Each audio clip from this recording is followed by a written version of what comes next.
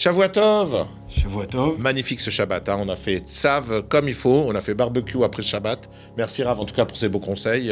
Est-ce que tu as préparé ton mouton pour la Géoula ou pas encore? J'ai acheté un mouton, j'ai réservé un mouton sur Amazon maintenant. Ils ont ouvert pour le Beth Amikdash, c'est un truc spécial. Est-ce que tu as réservé ta place dans le compartiment animal dans le train pour Jérusalem? Pour mon mouton, oui, tout à fait. Et j'ai demandé pour l'aéroport, apparemment c'est pas prévu pour tout de suite, hein, l'aéroport à Jérusalem. Alors Rav... N'oublie pas la chambre d'hôtel avec. Non, chambre d'hôtel, ça, y a pas de problème. Rav, c'est quoi cette semaine la paracha? Shmini. Shmini. Shmini, ça veut dire 8e. Chemini. D'accord, le 8e. Pas alors... la cheminée. Non, pas la cheminée. 8e. Ok, alors de quoi on parle dans Du Shmini? 8e jour de l'inauguration. La semaine dernière, on a parlé des 7 premiers jours. Ah, Et le 8e jour... c'est encore une fête? Oui. Ah, donc il y a 8 jours de fête, pardon, excusez-moi. hein. Alors, Aaron à Cohen, Oui. il va amener son premier korban. Et il va demander Son premier sacrifice. son premier sacrifice. Il amène le sacrifice et la pasuk nous dit lechaper al chatotechem, pour pardonner Les fautes. les fautes. De quelle faute on parle? La faute du veau d'or? Faute du veau d'or.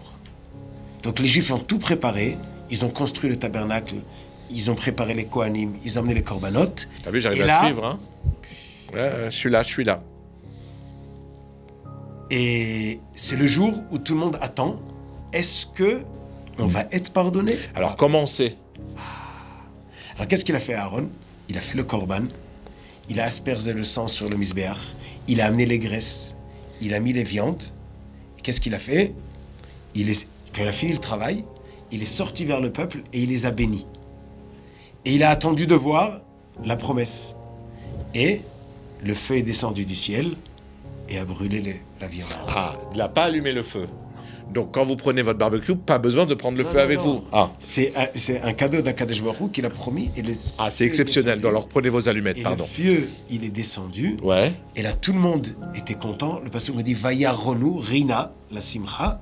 Et ils se sont prosternés. Rina, ça veut dire la simcha? Oui, Anagila, Rina, Ditsa, Chedva. Ah, c'est Beaucoup beau. de Donc, mots si de- votre fille s'appelle Rina, c'est qu'elle est joyeuse. Ok, alors, donc, Le peuple ils ont juif été a pardonnés. reçu le cadeau qu'ils ont été pardonnés du Chet HaEgel. D'accord. Et Aaron, que lui était celui qui était dans l'histoire du veau d'or, Oui. les Juifs sont venus le voir, a reçu le pardon. Lui et tout le peuple juif, on a été pardonnés du veau d'or. Et c'est ça la grande fête du 8e jour. Il y avait une inquiétude à ce moment-là? Ils n'étaient pas sûrs d'être Bien pardonnés? sûr. Puisque tout le Mishkan, c'était une possibilité de s'approcher d'Akadosh Baruch Hu, pouvoir demander, S'élever. Comme t'as dit, et la Kedusha. recevoir le pardon. Mhm. Et ils l'ont reçu. Mais, Ah, il y a un mais. Il y a toujours un mais. C'est que même qu'Akadosh Baruch Hu a pardonné le veau d'or, Oui. mais on a encore quelque chose à payer. C'est marqué que toute génération et tout moment, à tout moment, il y a aussi un petit peu de souffrance à cause du Chet HaEgel. Et là, il y a eu un malheur ce jour-là. Attends, on est en train de payer quand même la faute d'Adam Arishon, d'accord? On paye la faute du veau d'or. On est obligé de payer tout pour les autres, nous? Mais peut-être que si on paye, on est aussi remboursé avec des intérêts. Dieu, il peut nous donner des intérêts. Ah ok, donc si on est remboursé avec des intérêts, nous on prend. Ok. Et là, il s'est passé quelque chose, c'est que les enfants de Aaron, Nadav et Avihu, ont eux aussi voulu amener un korban. Mais ils n'ont pas été demandés. À Là, qui? Ils ont voulaient été- amener une offrande à Dieu, Oui, mais ils n'ont pas été demandés d'amener. Donc ils ont amené d'eux-mêmes. d'eux-mêmes sans être invités. C'est bien. Non, C'est ce qu'on a vu dans non mais là, Adam, qui dans la paracha. ça, c'est un homme qui amène un korban et que le Kohen le fait. Eux, ils ont voulu amener un korban en tant que Kohanim. Et le passage nous dit, ils ont amené Esh Zara, un feu étrange. Expliquer leur faute, il y a quelques explications dans nos sages. Quel était le point de leur faute? Donc là, c'est les deux enfants de Aaron, le frère de Ils Moïse. veulent s'élever, Ils voient, ils sont empris dans Dans l'enthousiasme. dans l'euphorie de la fête des 7 jours et des 8 jours. Et ils veulent amener de la Ktoret, on dit des encens, Ouais. sans qu'ils ont été demandés. Et là, il se passe un malheur, et ils ont été brûlés les deux par Akadosh Baruch Hu. Le feu est descendu sur eux. Ouais, il est rentré par leurs narines et les a brûlés de l'intérieur. Et c'était un grand drame. Donc Oui. le jour où il y a eu la grande fête, il y a eu aussi un grand drame. Qu'est-ce qu'on apprend de cette chose-là? Oui, parce que là, c'est un peu rasratique. Vas-y. Et alors, d'abord, une des explications nous dit qu'ils devaient mourir déjà à un autre moment, à la fête qu'ils avaient fait à Matan Torah.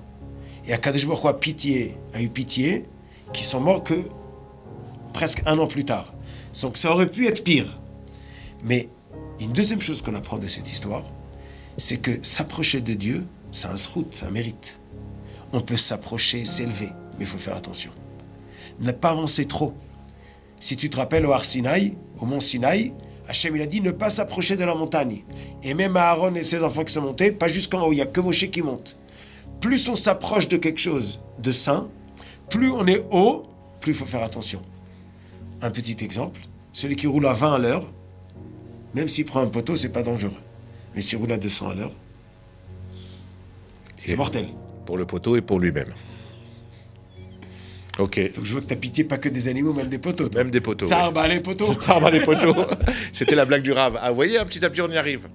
En tout cas, on apprend de ça, de faire attention quand on s'approche, de le faire comme il faut. Mais le deuxième partie de la paracha en 1 minute. En 1 minute. C'est cachère et pas cachère. Ah. Donc on a les animaux. 1 minute pour cachère, pas cachère. Allez, on y va. 3 minutes, allez. Allez. 1 minute pour les animaux. Ok. Qu'est-ce qu'on mange?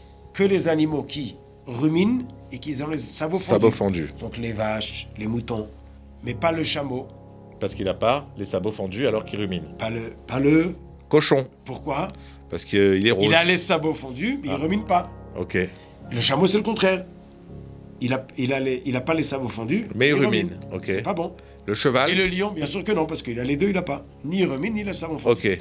Quelle est l'idée de ruminer? C'est que quand il mange, il y a une envie de ta'ava. Quand il rumine, il calme un peu son enthousiasme de manger, de matérialité. Il y a quelque chose de retenu. 1 minute pour les volailles. On ne mange pas de volailles qui ont des griffes et qui griffent les autres volailles. Par exemple, L'aigle. l'aigle, il a des griffes. Oui. Et il mange des autres volailles. Oui. On ne mange pas. Alors On que mange la poule- La poule, elle mange des grains. Pourtant, elle griffe. Mais elle ne Non. mange pas d'autres volailles. Voilà, elle mange pas des volailles. Non, les griffes, ils sont d'une autre façon. Il y en a 3 et 1 et pas 2 et 2. Le perroquet, on le mange? Non, Pourquoi? Il mange d'autres volailles? Oui, il griffe. Il griffe. les griffes. Il fait mal. 1 minute pour les poissons. Quels poissons on mange? Et il faut qu'ils aient des écailles Et des nageoires. et des nageoires. Une petite idée des écailles et des nageoires. La Gemara nous dit que les nageoires permettent aux poissons d'aller à contresens. Un juif doit savoir, des fois le monde va à contresens du projet divin. Il faut savoir faire demi-tour et prendre le bon chemin. Parce que si on se laisse aller avec le courant du monde, on peut arriver à des choses qu'on appelle abominables. On peut rendre le pas normal, normal. Nous, on sait aller même contre le sens. On garde notre normalité. Notre direction. Ce que Dieu nous a donné. Même si le Et courant va dans l'autre va sens. dans l'autre sens. Et les écailles? Les écailles, quand on va à contre-sens et qu'il y a des rochers, les écailles gardent la peau. Parce que sinon, ils prennent des coups. D'accord. Et en plus, ça nous permet de ne pas manger les dauphins qu'on adore. Oui, on adore les dauphins. Ils sont mignons, les dauphins. Shabbat Shalom. Shabbat shalom. À Que la Dieu semaine nous prochaine. aide à manger cachère. Et bon appétit, hein, Raph. Merci. Au revoir. Shabbat Shalom.